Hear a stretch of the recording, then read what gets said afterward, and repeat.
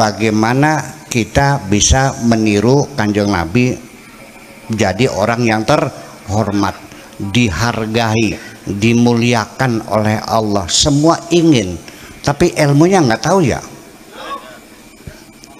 Nah, ini ada 5 poin yang perlu saya sampaikan kalau kita memang betul ingin menjadi orang yang terhormat dan dihargai orang di masyarakatnya. Ada 5 poin yang perlu saya sampaikan. 1 adalah yakin. Kamu harus punya keyakinan.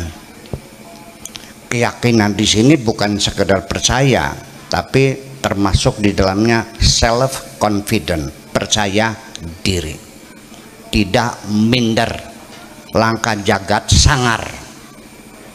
Ngerti langkah jagat sangar ya? Iya, orang minder itu mana yang nemu orang tuh takut. Iya, naik mimbar aja ngopiok. Betul nggak? Iya, kecil hati itu nggak ada Nabi itu. Ya, padahal Kanjeng Nabi itu terlahir sebagai anak yatim. Yatimnya yatim dalam perut. Betul nggak? Masih kecil ibunya mati lagi. Ikut sama bapak tua mati lagi. Ikut sama paman menggembala kambing buat makan sehari-hari. Kanjeng Nabi dengan penuh kesengsaraan dan penderitaan sejak kecil. Dia harus cari makan sendiri, menggembala kambingnya orang Mekah. Iya, numpang makan, membebani orang. Dia tidak punya rasa kecil hati. Ini untuk anak-anak muda. Kalau engkau punya cita-cita, satu, tanamkan keyakinan dalam dirimu. Di dunia tidak ada yang mustahil ketika Allah berkehendak. Innama amruhu idza arada syai'an an yaqula lahu kun fayakun. Saya Buya pengen jadi dokter. Oke, silakan. Nanti jalannya bagaimana? Masih dalam rumah nanya jalannya mana? Keluar aja dulu, nanti gua jalannya kelihatan kok. Betul nggak? Jangan melempem. Betul jadi dokter, buktikan sekarang melangkah awal. Yang rajin sekolahnya, hafal semua pelajarannya, rebut ranking 1, kan begitu bersalahnya. Dan masyarakat juga tidak tidak mendukung. Kalau kamu pengen jadi dokter, jangan ngelihat bapaknya tukang beca. Kalau kamu pengen jadi insinyur, jangan melihat bapakmu itu tukang buruh tani, nggak ada urusan. Nabi Muhammad juga terlahir anak yatim kok, sampai menjadi tokoh dunia. Iya, Napoleon Bonaparte juga dulu dadak jual jam tangan buat makan sehari-hari. Bung Karno juga sama. Semua orang besar adalah keluar dari penderitaan. Betul nggak? Dan negeri ini juga yang akan memakmurkan negeri ini, memajukan negeri ini, bisa menjadi negara besar nanti, yang akan membangun negeri dan orang-orang yang hidupnya ditindas sehari-hari, bukan orang-orang yang dimanjakan oleh negara itu. Dengarkan baik-baik. Betul? Setuju? Ya, itu persoalannya. Iya. Bukan dimanjakan dengan fasilitas. Wah, udah berfoya-foya. Nah, itu semua. Yakin aja dulu. Itu yang penting sekarang adalah percayalah bahwa tidak ada yang mustahil di dunia ini. Yang penting kita bergerak saja dulu. Ya, jangan nanti jalannya bagaimana. Nggak usah mikir. Iya, perjalanan 1000 km mesti diawali dengan langkah pertama dulu, betul? Ya iya, nanti bagaimana caranya, biaya kuliahnya dari mana? Keluar aja dulu, masih dalam rumah mau nanya jalannya kemana? Keluar aja dulu, nanti setelah keluar jalan itu akan terlihat oleh mata mata. Makanya dalam hadis-hadis Nabi itu, barang siapa yang artinya keluar dari rumah untuk mencari ilmu, Allah akan buka pintu-pintu sorga. Maksudnya mendorong semangat orang belajar, nanti akan dapat kemudahan dari Allah. Iya, saya juga belajar keluar juga bukan beasiswa resmi, datang saya dadak mentang, dadak menteri. Iya, setiap pagi di departemen pendidikan tuh nunggu menteri datang minta beasiswa. Ya mereka juga lihat orang yang sungguh-sungguh pasti akan menolong dong. Kalau ada orang sakit datang kepada saya, nggak punya uang buat beli obat, saya bantu, sekedar terharu, sekedar melas. Tapi kalau ada anak yang pengen sekolah nggak ada biaya, saya nangis loh. Percaya nggak? Nah itu persoalannya. Iya, itu otomatis. Ya itu satu yakin. Gue yakin. Sekarang kenapa kamu ketakutan menghadapi kehidupan? Dulu kamu keluar kan awak abang, kamu terusin awak abang kan? Nih, Kantaryono, awak abang kan datang. Iya. Sekarang punya anak, punya istri, punya pekerjaan, punya rumah, jadi ketua DKM lagi. Ya iya. Saya juga sama, dulu nggak bawa apa-apa. Dan nanti pulang juga tidak bawa apa-apa kok. Jangan berkecil hati. Iya, jangan punya kecil hati. Yang yakin bisa dan bisa dan bisa. Kalau kita ragu-ragu bisa atau tidak, bisa atau tidak, ya tidak nantinya. Ya, pada kayak wong ngitungi tekek rezeki, tekek belai, tekek rezeki, tekek belai.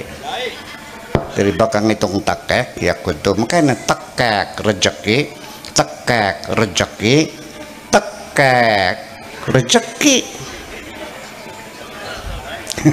Jadi bisa berapapun harganya. Nah itu yang jadi persoalan ibu-ibu sekalian. Kemudian setelah kita yakin mantap gitu, siapapun yang punya niat yang baik, percayalah akan diberi kemudahan oleh Allah. Iya. Wa man lam ya'taqid lam yantafi'.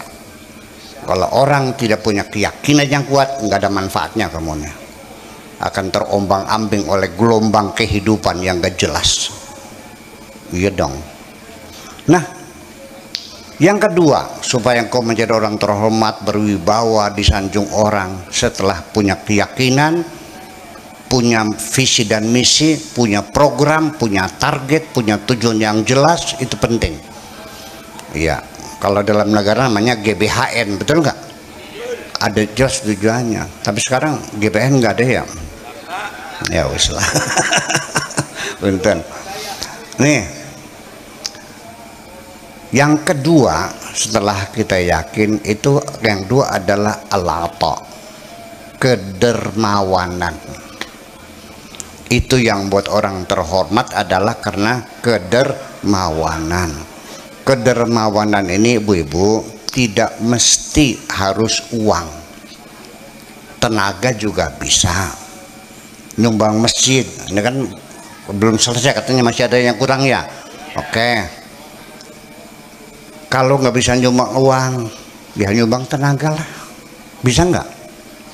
Hari Jumat, pada Jumat singkir yang baju ikut ngaduk semen kan gitu, nyumbang tenaga, bisa kan? Iya. Kalau seandainya tenaganya nggak bisa, udah tua, suaranya enak, ya buka seser selawatan boleh. Lah iya, suaranya nggak enak, ya sudah dedonga dengan doakan masjid ini supaya cepat jadi, selesai kan? Nah, bagaimana orang itu kaya lalu kepengen dihormati karena kekayaannya, nggak ada urusan. Jangan salah paham, hei orang kaya, aku menghormati kamu bukan karena kekayaanmu, nggak ada urusan. Jel badogun dewek teng hormati soten bakasirannya loman, paham bikin ke mendecung apa. Ini yang jadi masalah. Orang pinter juga, jangan kau minta aku menghormatimu karena kamu kiai besar, nggak ada urusan. Ilmunya digelar nggak? Digelar, saya hormati. Kalau untuk dirimu sendiri silakan ilmu sendiri. Cek badokan dewek mono. Iya dong. Ya, kedermawanan dengan ilmunya, dengan nasihatnya, dengan pikirannya, dengan tenaganya, dengan doanya, semuanya. Bagaimanapun juga orang itu akan terikat dengan kebaikan-kebaikan kita. Kurang. Ada orang umroh tiap tahun, anak yatim terlantar. Ngapa? Lah ya iya sih, gimana lagi? Dia ingin membesarkan dirinya. Pak, orang kalau dermawan waya mati akasing nangis ngandel beli bakal medit akasing keprok beli pengen bayi mau tarik.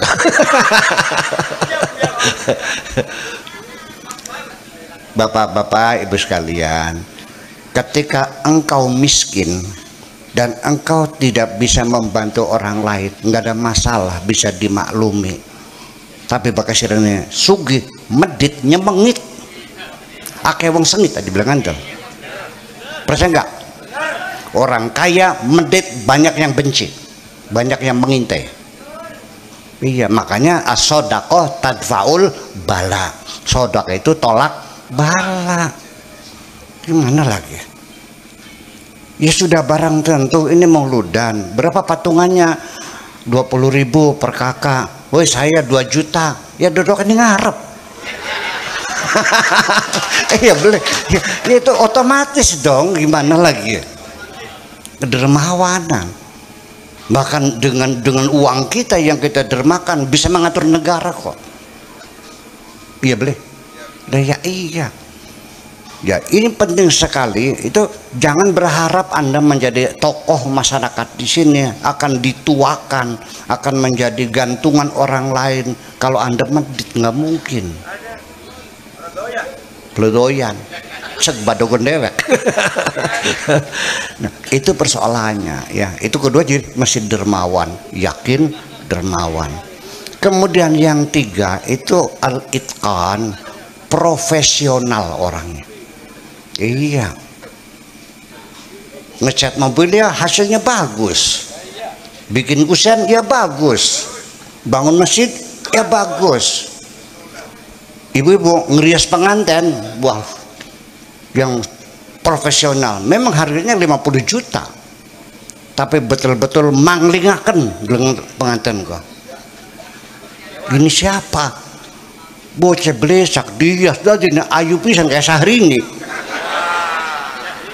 Saya kan nanya, ini siapa nih tata riasnya? Laris nggak? Laris. Jadi jangan berharap kalau Anda tidak profesional akan ada di depan. Profesionalisme dalam memimpin kecamatan profesional, memimpin desa profesional, dari kiai profesional. Ya. Iya dong. Iya. Termasuk ketua DKM profesional. Iya. Iya dong, saya profesional dalam segala hal, administrasi, ya, transparansi, ya, keterbukaan, diumumkan setiap Jumat uang masuk sekian, keluar sekian. Itu namanya hebat. Nah, itu dia. Ada menang, boy. Iya. Iya. Kina, masya Allah, profesional. Uang masjid yang pegang ketua dan bendahara, yang pegang surat-suratnya sekretaris, saling mengontrol. Itu profesional. Ya dong. Double specimen, jangan pakai ATM, langsung pakai buku rekening, buku tabungan, dan double specimen. Jadi ketua ngambil, bendahara tahu, bendahara ngambil, ketua tahu, sekretarisnya juga pegang surat-suratnya. Transparan. Begitu semua transparan, rakyat sejunti apa nih, Witeweden tidak pernah ragu-ragu. Begitu Kang Taryono perlu sumbangan berapa ngacung kabekin ke. Iya dong, orang mulai malas dimakan karena nggak jelas, betul nggak? Beli kiyang nyumbangnya Kang, udah jelas sih.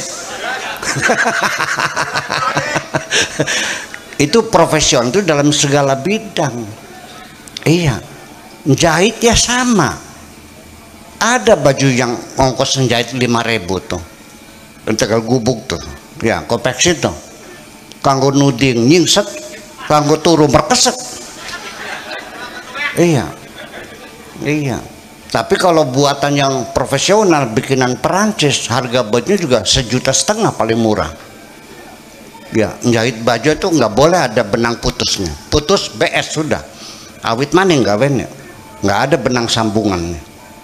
Dipakainya enak, harganya paling murah 1,5 juta. Bakal agogo mah 50.000. Ini kayak nyengkal. Ya kan seperti tidak profesional. Ya termasuk high skill ya, tenaga ahli di bidangnya, semacam itu. Itu orang yang punya profesionalisme tinggi itu merasa terpukul ketika dia gagal. Ini Pertamina dulu pernah orang Jepang tuh bikin tangki Pertamina miring tuh, bunuh diri di Hotel Garuda tuh. Iya, itu orang-orang profesional. Jadi tidak bisa tidak bahwa profesionalisme itu harus kita miliki semuanya itu. Paham, Mbak? Yang keempat, ketulusan hati kita ketika berderma. Jangan ada petek cilik, jangan ada udang di balik batu. Kita tulus dan ikhlas. Ini yang perlu saya urai sedikit karena penting sekali. Bahwa jangan terburu mencatat pahala-pahala atas kebaikanmu. Ya, silakan koreksi dulu ini sodako saya benar atau tidak. Saya tidak akan menguraikan dengan bahasa filosofis yang muter-muter semakin tidak paham, tapi dengan percontohan saja nanti bapak-bapak paham sendiri. Suatu hari ada orang datang kepada saya minta bantuan, bukan minta duit, minta bantuan pinjem,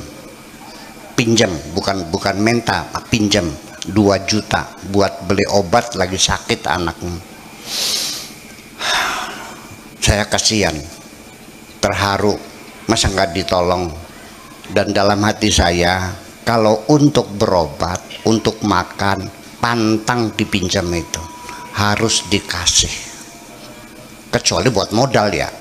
Jadi pinjaman produktif, pinjaman konsumtif itu mesti dibedakan. Kalau pinjaman konsumtif dimintai bunga, riba, haram hukumnya. Tapi kalau iya dong, kalau produktif ya bagi untung dong. Iya, ada gimana lagi? Kia ini kudu ngaji maning gini. Jadi haram makan kabeng kok dingin. Iya, masa saya uang 1 miliar 5 tahun kemudian dia sudah kaya raya dikembalikan 1 miliar lagi? Mana mungkin terjadi? Iya kan? Ya bagi untung namanya, musyarakah namanya itu. Nah, niat saya mau saya kasih sajalah 2 juta. Saya masuk kamar tidur, buka lemari, ngitung duit 2 juta. Ada yang berbisik di telinga saya. Katakan saja namanya setan lah. Aduh, ke temen Buya, apa sih 2 juta kan 4 kintal. Siapa yang ngomong tuh? Setan. Saya bilang nggak ada urusan. Aku hamba Allah, uang dari Allah, yang lagi butuh juga hamba Allah, nggak ada urusan. Ngapain intervensi begitu? Ya udah deh, I'm sorry katanya, sorry mah. Begitu saya masuk ruangan tamu, ditowel juga pundak saya. Kalau nyumbang sih ya separohnya juga bisa. Masa 2 juta, 1 juta aja orang nyumbang mau, nanti 1 juta yang dicari di tempat yang lain. Ngapain nggak mau mikirin uang ini? Memangnya uang kamu? Bakal beliau tak tampak sih Raja. Ya bos ya, sorry. Bertengkar dulu. Tetap. Paham nggak? Setelah saya duduk di kursi, orang itu menunggu pemberian uang itu. Bisik lagi, Buya, bengen lagi sugih kah? Kayak apa ngecet dikak? Diungkit kejahatan dia yang dulu. Dulu pernah menghina kamu, sampai menantang nih kalau pondok cara tadi potong kuping, begitu kan? Iya betul. Tapi itu yang sudah adalah sudah. Aku tidak pernah menyimpan dendam dan kebencian kepada siapapun. Melongo iblis. Bayangkan. Begitu akan saya serahkan, Noel lagi ngelok doblikin ke. Ngasihnya nanti Buya, jangan sekarang. Nunggu kalau sudah tamunya banyak. Biar ria gitu, saya bilang. Jadi supaya nunggu tong banyak, supaya dilihat, supaya orang kagum, orang menghormati. Di balik ria ada kemusyrikan. Karena engkau ingin dilihat orang lain, berarti engkau tidak merasa cukup disaksikan hanya oleh Tuhan saja. Paham dikit ke? Jare wa kafa billahi syahida. Cukup Allah yang saksi. Kalau engkau pengen lihat orang, berarti engkau tidak merasa cukup Allah sebagai saksi, masih kurang. Bayangkan, log doblikin ya. Nah, itu hari musyrikan. Jadi artinya jangan anggap gampang ya. Kita berbuat kebaikan saja sampai final murni untuk Allah itu perjuangannya panjang dan tidak selesai. Paham bikin ke? Tidak semudah itu. Ini perlunya keikhlasan seperti itu. Pegel teman urip ya. Ya di dunia temannya pegel dong. Ya kan begitu. Nah terakhir adalah al-jaudah, berkualitas. Artinya berkualitas. Hasilnya bagus dan sempurna. Bukan hanya sekedar selesai kerja, bukan hanya sekedar goyang, tapi juga hasil pekerjaan kita memuaskan. Nih bedanya, orang Australia kirim apel ke Indonesia, yang bagian pengepakannya nggak tahu mana yang dipak tuh. Akhirnya apel yang BS masuk dipak, dikirim ke Indonesia. Majikannya nanya, mana yang BS-nya? Udah dikirim. Wah panik dia, panik. Iya, ini kan kita kan dagang jual beli, jangan mengecewakan orang dong. Langsung kirim telegram kepada impornya Indonesia, tolong musnahkan apel-apel yang rusak, yang baik musnahkan, akan kami ganti segera dengan yang baru. Paham bikin ke? Nah itulah al-jaudah, kesempurnaan, kualitas dipertahankan. Bakal wong dagang pelem ning Jati Barang mah, orang jual mangga di Jati Barang, yang bosok-bosok di bawah, yang bagus-bagus diborong oleh orang kaya Jakarta secepon-ceponnya. Alhamdulillah payu kabeh. Itu bedanya. Paham? Nah jadi artinya cobalah kita tanamkan sifat semacam itu supaya kita menjadi orang yang terhormat, yang disegani, yang tersanjung dan sebagainya. Nanti sampai mati juga akan banyak orang yang menangis kehilangan dirimu itu. Ya, dan yang mendoakannya kayak Nabi sampai sekarang sama. Ya, Syekh Syarif itu sampai sekarang orang mendoakan, betul nggak? Lah ya iya, Kanjeng Nabi sealam dunia mendoakan dia. Ya, siapapun dijunti, yang minimal se-Indonesia mungkin ya apa namanya sulit dunia mah, minimal sejunti saja, kan sudah hebat sekali itu. Dan kalau kita masing-masing saling menghormati, saling menghargai, saya kira akan jadi masyarakat yang paling damai di sini. Terima kasih. Assalamualaikum warahmatullahi wabarakatuh.